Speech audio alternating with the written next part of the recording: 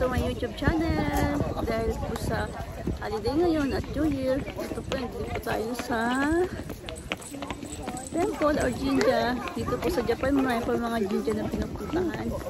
Tara, pasok po tayo sa loob. Ayan, ang dami po tao ngayon, no? Dahil holiday season at New Year.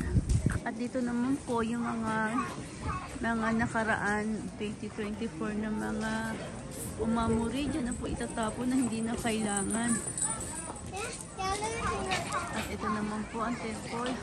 Nagpunta na po ako dyan kanina, nagulog na rin ako ng coins. Kahit magkano po ang hinulog na coins dyan. At ito naman po ang ushi or cow. Ito po dyan, mag-haplos para po sa mag-wish. Ayun po yung sabihin niyan.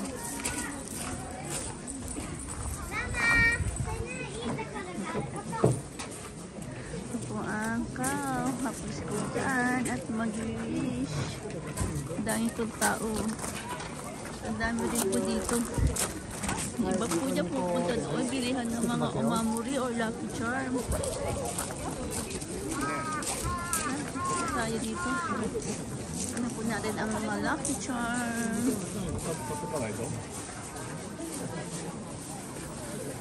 Ayan po nila, nasisibilihan sila. Mga lucky charm ng Japan. Ayan. Dahil po lang sa sikunto. Puntahan dito.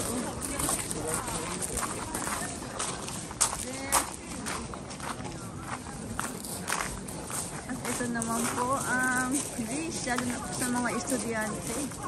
Yan, mag-wish ka po dyan at ilalagay mo po dyan for the whole year.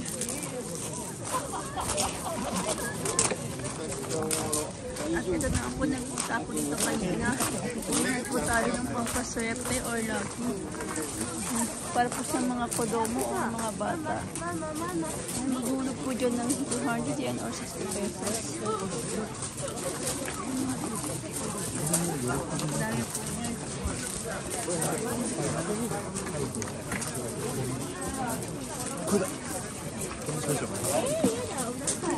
Dami nga pong tao.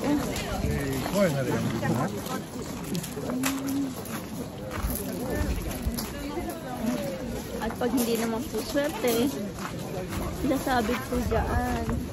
Yan po ang mga kasabihan nila.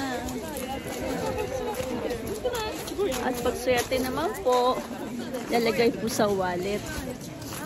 Yan lang po yan. Ang Jinja or temple dito sa Japan. Thank you for watching.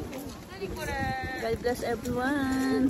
Thank you for my YouTube channel. So please subscribe.